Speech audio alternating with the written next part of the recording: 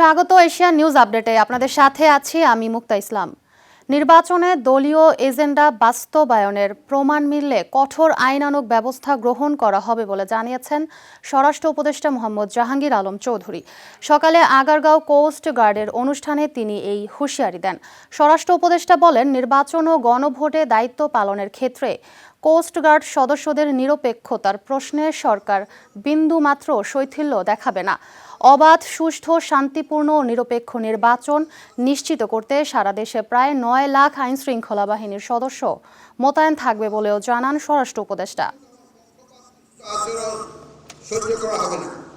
যদি কারো বিরুদ্ধে কোনো প্রকার কোনো প্রার্থীর পক্ষে কাজ করার বা কোনো দলীয় এজেন্ডা বাস্তবায়নের প্রমাণ পাওয়া যায়, তবে তার বিরুদ্ধে আইনানুগ ব্যবস্থা গ্রহণ করা হবে।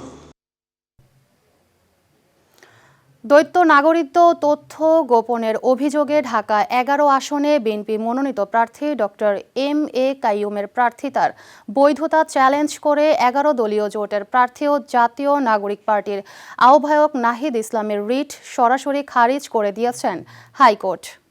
ফলে ঢাকা ১১ আসনে ধানের শীষের প্রার্থী ডক্টর এম.এ. কাইয়ুমের নির্বাচনে লড়তে কোনো বাধা নেই। আজ বিচারপতি ফাহমিদা কাদের ও বিচারপতি মোহাম্মদ আসিফ হাসান হাইকোর্ট বেঞ্চ রিটটি খারিজ করে দেন। গত সোমবার নাহিদ ইসলাম রিটটি দায়ের করেছিলেন।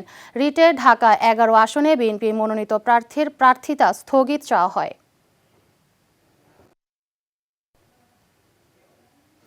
পচা রাজনীতি নয়, ২৪-এর যুব সমাজ পরিবর্তন চায় বলে জানিয়েছেন বাংলাদেশ জামায়াতে ইসলামীর আমির ডাক্তার শফিকুর রহমান। বেলা ১১টায় কটিয়াদী সরকারি কলেজ মাঠে ১১ দলীয় জোটের নির্বাচনী জনসভায় তিনি কথা বলেন।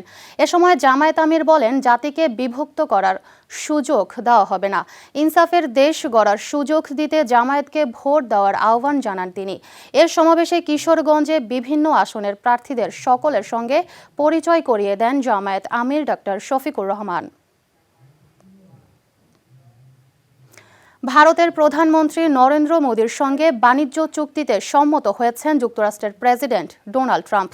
এই চুক্তির ফলে ভারতীয় পণ্যের ওপর আরোপিত শুল্ক ২৫% থেকে কমিয়ে ১৮%-এ নামাবে যুক্তরাষ্ট্র। ট্রুথ সোশ্যালে দেওয়া এক পোস্টে ট্রাম্প জানান, যুক্তরাষ্ট্রের সঙ্গে বাণিজ্যের সব ধরনের শুল্ক অশুল্ক বাধা শূন্যে নামাতে সম্মত হয়েছে ভারত।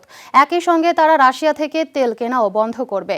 রাশিয়া থেকে তেল কেনা বন্ধ না করার ওপর দিল্লির অতিরিক্ত ২৫% শুল্ক জরিমানা আরোপ করা হয়েছিল, সেটিও প্রত্যাহার করা হবে বলে উল্লেখ করেন ট্রাম্প।